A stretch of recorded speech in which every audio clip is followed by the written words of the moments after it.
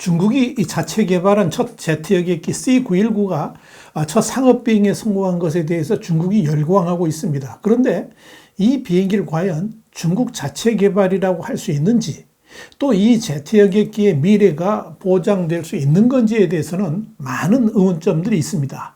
중국산 여객기의 실체를 Y타임스가 발가벗겨 보겠습니다. 지금 시작합니다.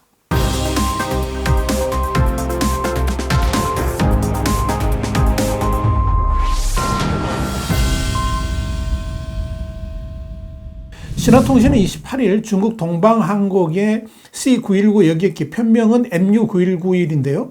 이 여객기가 이날 오전 10시 32분 승객 130여 명을 태우고 상하이 홍차오 공항을 이륙해가지고 2시간여 만에 베이징 서우두 공항에 도착했다 그러면서, 이 여객기는 이날 오후에 서우두 공항을 이륙해서 홍차오 공항으로 되돌아간다, 이렇게 보도를 했습니다. 홍차오 공항과 이 샤오두 공항에는 대형 레드카펫이 깔렸고 첫 상업 비행을 축하하는 이벤트가 열렸습니다. 그리고 중국은 이 자국산 여객기의 첫 비행에 열광을 했습니다. CCTV는 이날 승객들이 C919에 탑승하는 모습부터 샤오두 공항에 착륙해서 승객들이 내리는 모습까지 실시간으로 보도를 했고, 항공사 측도 C919 첫 비행이라는 글귀를 새겨 넣은 특별 항공권을 제작하기도 했습니다. 중국 포털 사이트 바이두와 소셜미디어 웨이보에서는 국내 대형 항공기 C919 첫 상업비행이라는 해시태그가 검색어 순위 1위를 기록했고요. 네티즌들은 중국에서 우리가 만든 비행기를 탈 수 있게 됐다 그러면서 환호를 했습니다. 또 조국 하늘의 C919가 더 많이 비행하기를 바란다, 이런 반응도 보였습니다.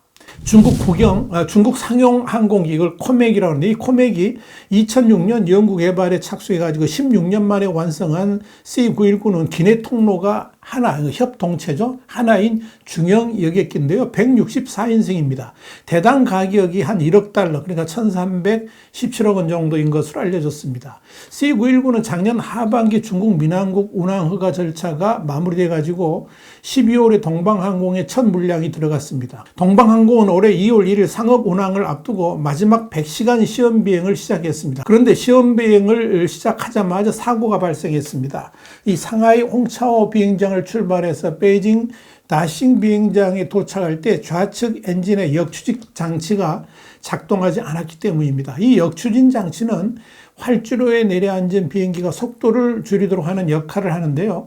이 기능이 고장났다고 운항을 못하는 건 아니지만 착륙 안전 측면에서 큰 결함이라고 할 수 있을 겁니다.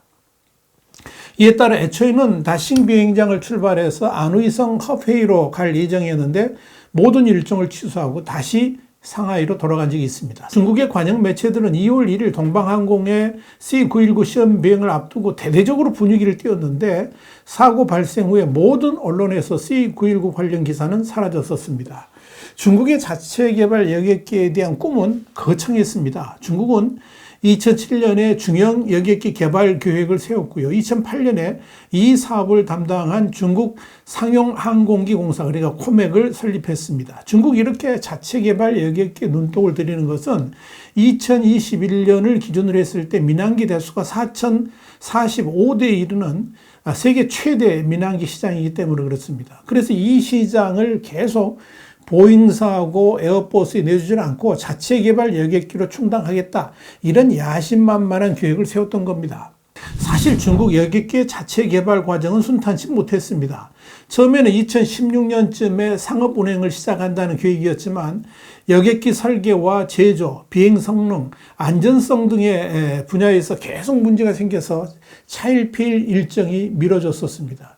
특히 이 여객기의 핵심 부품들을 중국에서 자체 개발한다는 것 자체가 쉽지 않았습니다. 이를테면 랜딩 기어를 자체 개발했는데 강도가 떨어져가지고 미국산으로 대체하는 일도 있었습니다. 그런데 랜딩 기어가 이 정도면 진짜 중요한 엔진 등에서는 어떤 문제가 있었을지 보지 않아도 뻔한 거 아니겠습니까? 실제로 여객기 제작에서 가장 핵심적인 엔진은 미국 제너럴 일렉트릭과 프랑스의 샤프란의 합작법인이 만든 것을 씁니다. 또 제동, 제어 체계, 통신 및 착륙 장치, 항법 및 항공 데이터 기록 장치, 이런 것들 모두가 다 외국산이라서 진짜 자체 생산 여객기로 볼 수 있느냐, 이런 지적이 끊이지 않습니다. 조립만 했다는 거죠. 전체적으로 보면 48개 부품 공급 기업 가운데서 중국 기업은 7곳에 불과합니다. 그러다 보니까 기체와 날개, 내부 인테리어 이런 것만 중국이 하고 대부분의 장치를 서방 기업으로부터 공급받았습니다. 상황이 이러니까 C919를 민족의 자랑이라고 선전하지만 사실상 무늬만 중국산이라고 해도 과언이 아니다 하는 이야기입니다. 허세 끝판왕이죠.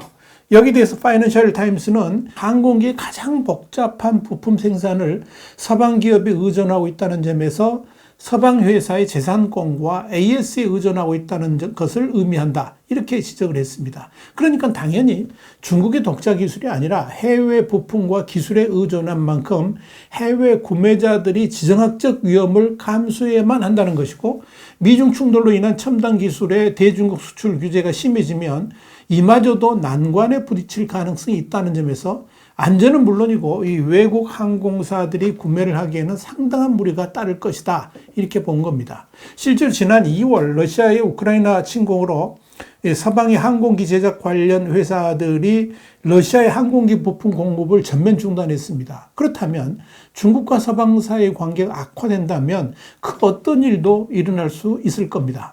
결국 이 중국산 여객기라고 말하는 C919 여객기에 대해서 가장 우려되는 것은 안전성이 문제라고 할 수 있습니다. C919가 하늘을 날더라도 이 여객기의 주 구매자가 중국 항공사가 될 것으로 보이는데요. 그들마저도 이 C919의 안전성에 확신을 갖지 못하고 있습니다. 이런 이유로 이 C919의 상업성이 과연 있을 것인지 여기도 의문이 생깁니다. 중대형 여객기의 개발은 기술적으로 어려운 점도 있지만 무엇보다도 안전성이 담보되지 않으면 상업성 측면의 경쟁력은 전혀 없기 때문에 그렇죠. 이와 관련해서 대만연합신문은 제작사인 이 코맥이 전 세계에서 C919에 대한 815대의 주문을 확보했다고 밝혔지만 최종적으로 동방항공만 5대, 겨우 5대를 확정했다고 전했습니다. 이렇게 중국 항공사마저도 말로만 구매 약속을 하고 실행에 옮기지 않고 있는 것은 역시 안전 문제 때문입니다. 중국산 비행기 안전에 의구심을 품은 항공사들이 최종 인수를 주저하고 있다는 의미입니다. 이번 C919의 첫 인도도 원래는 2021년 예정이었지만 1년 넘게 미뤄진 것도 미국의 첨단 부품 수출 규제로 부품을 제대로 구하지 못한 탓이었는데, 과연 앞으로도 이 C919 제작에 필요한 부품들을 제대로 구할 수 있을지 의문입니다.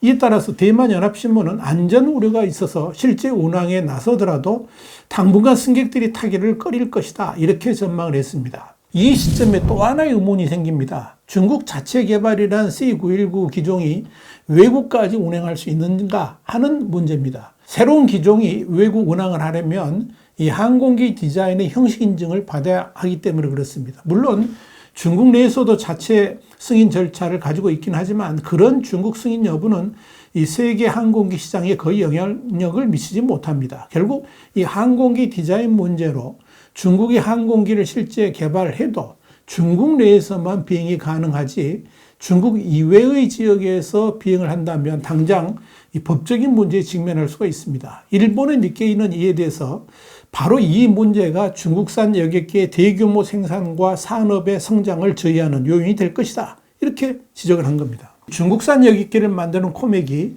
유럽 등 해외의 국가들이 수용할 수 있는 인증을 받기 위해 필사적이지만 이미 해외의 국가들이 중국의 그런 노력에 대해서 전혀 동의를 해주지 않고 있다라고 니케이는 전했습니다. 중국산 여객기 개발에 있어서 또 하나의 역풍은 역시 안보 문제와 직결됩니다. 일단 중국과 안보 문제로 치열한 갈등을 벌이고 있는 미국과 우방국들에게서 중국의 기술 이전 자체를 완강하게 거부하고 있고, 더불어 중국의 방위 산업 성장을 도와주는 일들에 대해서 철저하게 기피하고 있기 때문에 이 중국산 기술로 제작되는 여객기 개발은 사실상 불가능할 전망입니다. 그렇기 때문에 당연히 중국산 여객기의 인증 획득이라든지 국경을 초월한 산업 파트너십 체결 역시 전혀 진척이 이루어지지 않고 있습니다. 그렇다면 설사 C919가 정상 운항을 시작한다 할지라도 중국 내 비행에만 가능하지 해외까지 날아다니는 데는 한계가 발생할 것입니다. 보잉사는 지난 2021년 10월 4일 중국이 앞으로 20년간 보잉사에서만 약 8,700대의 항공기를 구매하게 될 것이라고 내다봤습니다. 36KR 재팬이 이 보잉 리포트를 인용해서 밝힌 내용에 따르면 중국 민간 항공업계가 지속적인 회복과 발전하고 있으며 향후 20년간 총 1조 4,700억 달러의 새로운 항공기를 구매할 것으로 예측을 한 겁니다. 이에 대해 중국 정부는 지난 2021년 오는 2025년까지 주요 항공 노선에 취항하는 중국제 여객기의 비율을 10% 이상으로 끌어올리겠다, 이런 목표를 내놓은 적이 있습니다. 그러나 중국 내 기초기술 미비, 그리고 미중 충돌로 인한 첨단 기술 이전 규제, 여기에 부품 수출 규제까지 겹치면서 중국의 여객기 시장이 완전한 국산화를 이룰 수도 없고, 원래의 예상대로 이 코맥이 제작한 이 여객기로 중국 시장을 대체한다는 것은 사실상 불가능할 것으로 보입니다.